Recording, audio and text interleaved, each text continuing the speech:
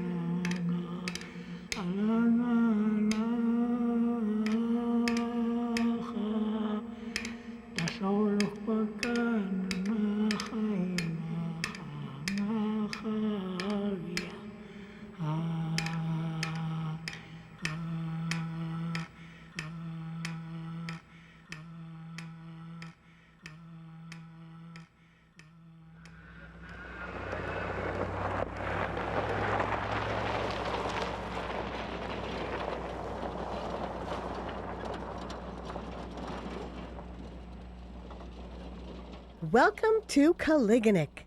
To many, it's known as New Kaliganek, for the present site of the village is its third location.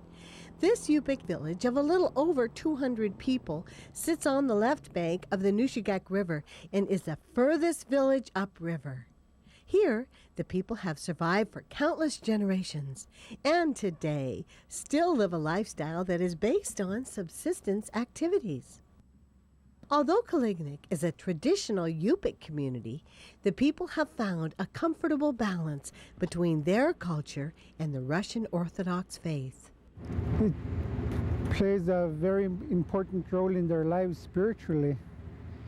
You know, keeps the people closely knitted together in their belief. You know, as you know, this village is a small village and everyone knows everyone. And there's a lot of relatives here, and many of the people here are predominantly Orthodox, and the church has played an important role in their lives. And without the faith, we can't do anything. And it's always a belief that we put our trust and faith in God to help us, and the people here have done that. And they continue to do so. Today, the Carr brothers are putting away fish for their dogs and their families. If there's one thing the people of Koliganek know and understand, it's the importance of preparing for the seasons. With the knowledge that has been handed down from generation to generation and their strong belief in God, these Yupik have always had a tie to their land that has forever provided for their people. Elder Elia Ishnook Sr. recalls how the land has always provided for the people of Kaliganik. The land for those old people, when they go hunting, they take a little bit food and go camp without sleeping back. You know, we had park and ground square and animal caribou lakes. We come accept you won't be cool. I walk in 3 Kaliganiks. First, second, third. They moved on to second Kaliganik. The guys say, yeah, it's got new wood and winter time too far to get wood, you know. Then they moved on to second Kaliganik up there. We stayed there for a while and it used to be lots of snow, you know. Even winter time, one time in January month, when he start mile water, ice already, ice on the river, the break the ice, mile water, rain, flooded. How many times, some springtime they flood that place up the second Kaliganik. That's why we're going to move down the high place. Back in the early 1960s, the BIA came to our village and said, you guys need a new school, but in order for you guys to get a new school, you guys are going to have to take and move to higher ground, because the village that you're on now, it floods and the whole village floods. So we're afraid that the new school will flood, and we don't want that to happen. So the villagers got together and then decided to move to the new Koliganek that we're living in now. The new site is perched high above the Nushigak on a slough that branches off of the river. It's a protected site that offers easy access to the river and the surrounding land. To the locals, it's a place that offers the necessities of life and the peaceful comforts of a small, secluded village. It's beautiful. It's a small native village. Everything is slow paced in the village. You probably noticed. It's really different because it's just a different way of life. Everything's off the land. Caring people, they have good family values. A lot of people go hunting with their kids, and I guess it's just family. That's where it starts.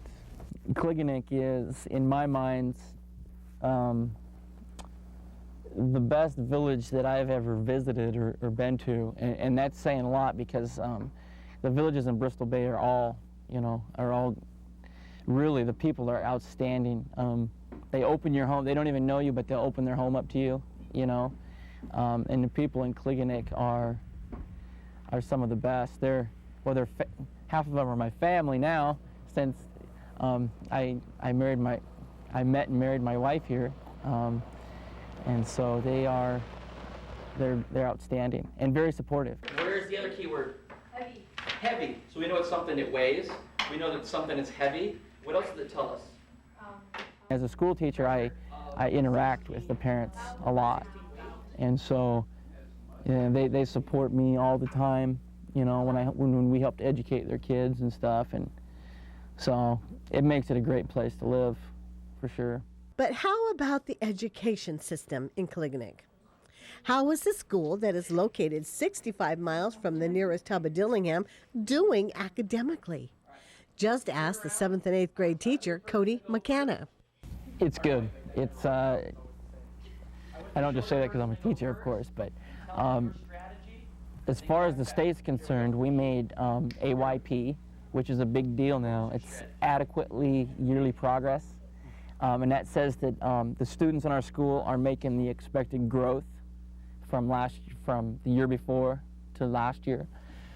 And so, and I think that between having a really good staff here in Koliganek and having really good parents, you know, our kids are kind of being pushed in that direction. You know, it's not just us, it's not just the parents, you know, we're kind of both helping them along, so it's good. It's this kind of care and attention to detail that has kept the kids of Koliganek on track and moving forward in our ever-changing world. And like other villages across the state, Koliganek has literally created a place for the youth to recreate.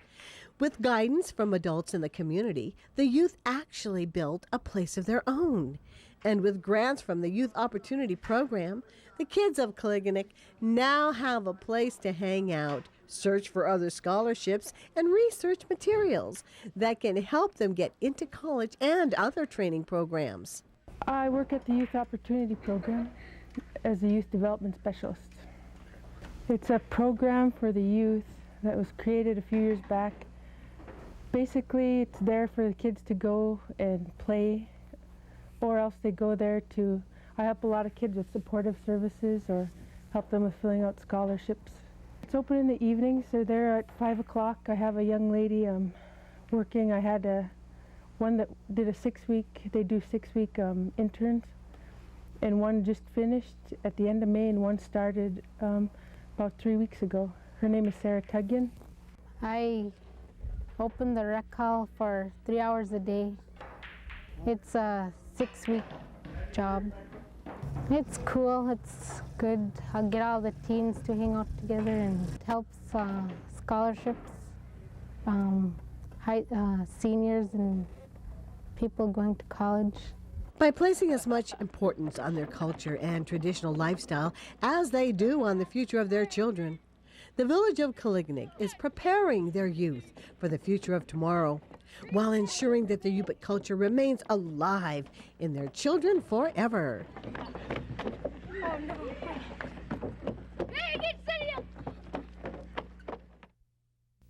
Now's your chance to get that home improvement project you've been wanting to start finished. Because at Northern Interiors, we're having a store-wide sale. Choose from our beautiful selection of kitchen cabinetry and countertops from 10 to 50% off, and get professional installation completely free of charge. Durable laminate flooring is on sale now for only $1.79 per square foot. Let us install your favorite brand name carpeting and get top quality 8-pound padding for free. Northern Interiors, kitchens, floors, and a whole lot more.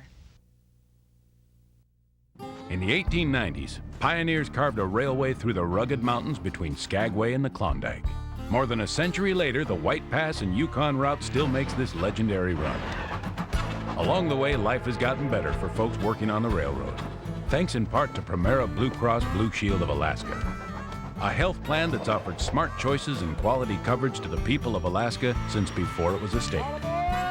Primera Blue Cross Blue Shield of Alaska. We're here. We're with you. Dad, Mom, I want you to be proud of me.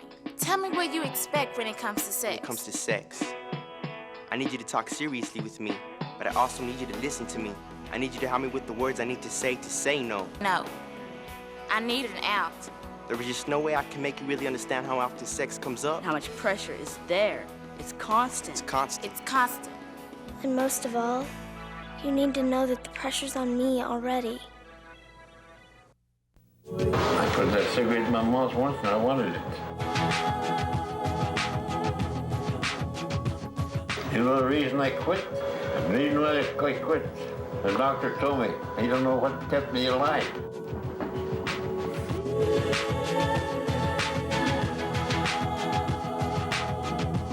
Make up your mind you're going to quit. That's what I did. I hope other people can do the same thing. Hi, I'm Martha Keegan. Welcome to an Island Suite. Heartbeat Alaska wishes to thank Martha and the whole Keegan family. We'd like you to make this your home away from home.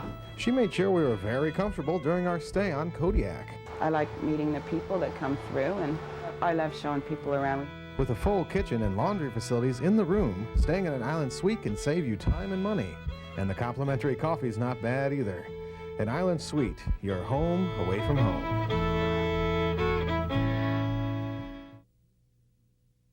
Turn it up!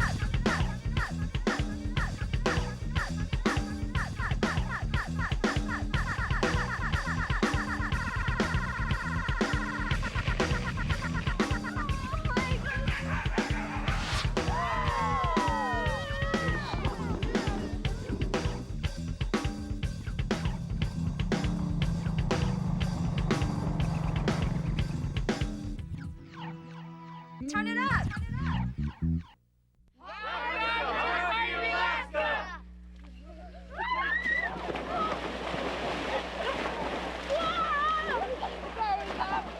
It's summer in Koliganek, and the youth all know where to be during this time of the year, at this swimming hole. About a mile away from the village is a small slough where the youth gather after school to cool off. While we were there, Oscar Olson Jr. decided to sing a song to his girlfriend in Port Hayden. I think of you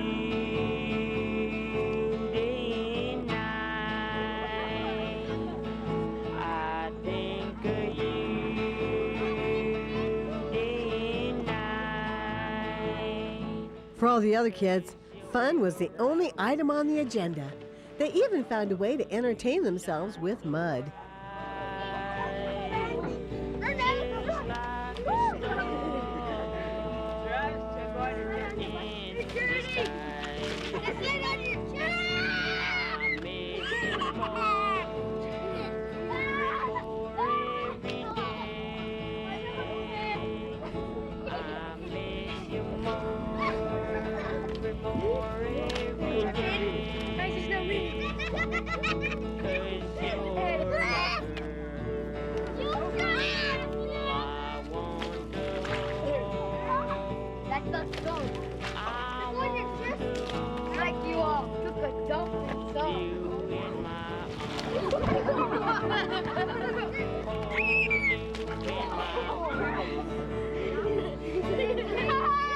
And that's from my girlfriend Sarah Anderson from Port Hayden.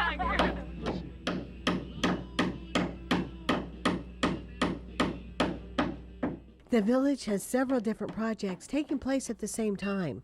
The HIP project, or Home Improvement Project, has been going on now for the past few years.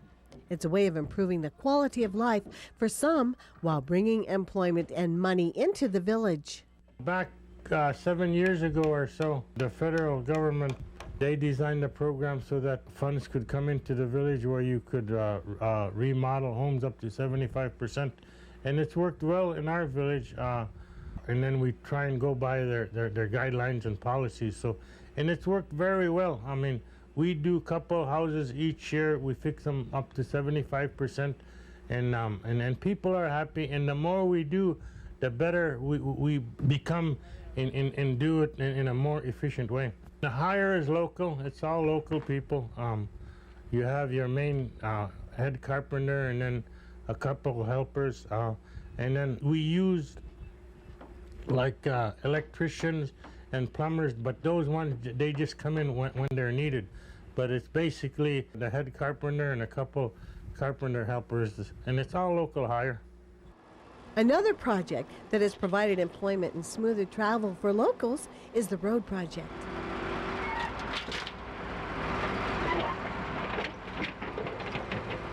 That started about 5-6 years ago also. I wanted this program to continue, so I contacted BIA, Branch of Roads, and told them that if there's any money available for road maintenance, and they said yes, there is. So we have a good portion of funds from them, and then it looks like, I hope that it'll last a few years, so so that we can maintain our roads and then have a better place to live and so forth.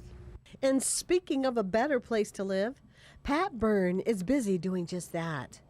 Through funding from the Environmental Protection Agency, the IGAP program provides garbage pickup 5 days a week in the village.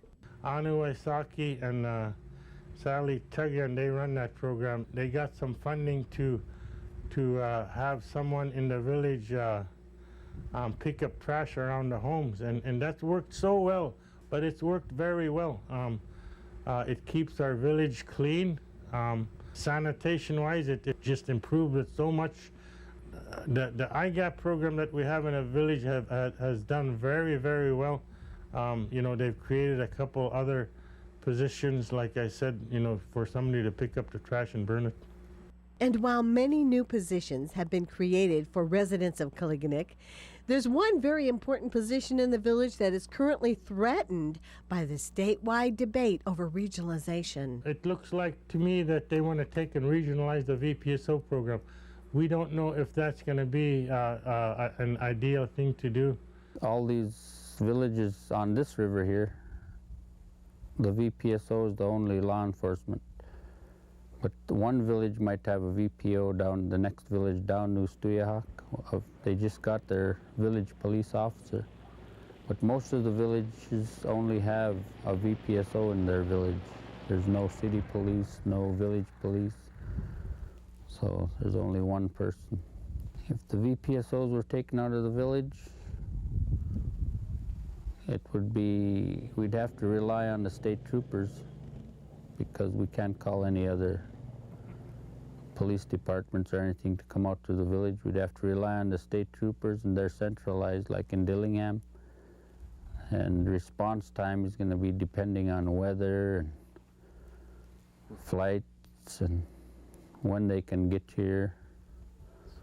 So in cases of emergency, without a VPSO, the response time is going to be quite a bit longer. It's an argument that's being heard across the state, especially in those communities which are hard to reach. If the state of Alaska does regionalize services such as the village public safety officers, then many locals believe that the crime rate will soar and drugs and alcohol will become more prevalent in the rural communities.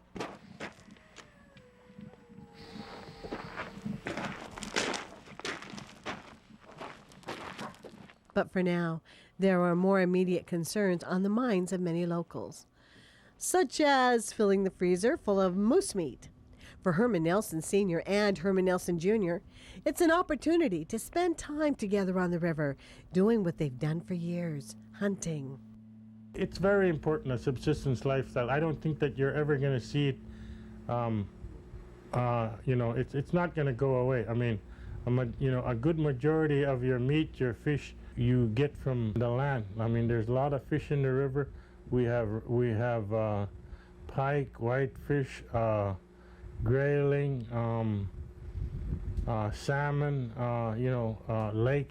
If you go up to the lake, you get lake trout, and so we get our moose and our caribou, our porcupine, our beaver.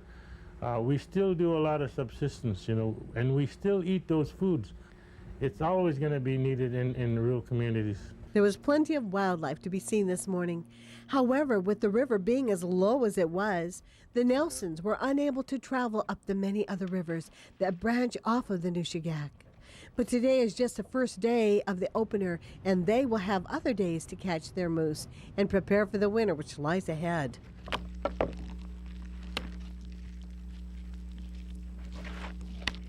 In the meantime, Sarah McCanna is busy putting fish away for the winter, a skill she has learned from her parents and elders.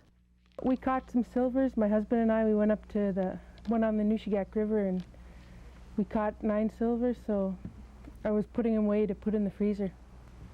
I filleted them and I chunked some, and just for the winter supply. I learned from my dad, my mom, my husband too, so all 3 of them. My mom and I, we put up kings together, and my dad and I, we do whitefish in the spring and fall. And my mom and I do kings in probably June, July. We split the kings, and we make strips And with the whitefish, we dry the whitefish. We teach them how to hunt, how to fish, everything. Take care of the meat, take care of the fish, pick berries. All my kids are hardworking, and they get along with everybody. For the people who live here, the river and the surrounding area have always provided a life for them, their families, and their future. They're connected to the land, they're connected to the Creator, and there is no other place they would rather be. This is home. I grew up in the bush, and the bush will always be my home. And when I go to the city, I miss the bush. You know, there's not much hustle and bustle going on. You know, you're in a place where you know everyone, and everyone provides you with subsistence food, and we can even go out and get fish, you know, when we want. And they provide with meat during the moose and caribou openings. But the bush is home. I like it here. It's out of the way, quiet. I get to live off the land. The outdoors is out my back door. I wouldn't trade it for any other kind of life. This episode of Heartbeat Alaska is brought to you by Rural Energy Enterprises. Thank you, everyone in Koliganek, Alaska, and thank you, Rural Energy Enterprises, for bringing this program to the viewers of Heartbeat Alaska. God bless every single one of you, and join me again next week for more Heartbeat Alaska. To purchase a copy of this program, have your credit card ready and call area code 907-563-7440, or send check or money order to Jeannie Green Productions, 6250 Tuttle Place, number 5, Anchorage, Alaska 99507. Ask for the program number listed below. Stole my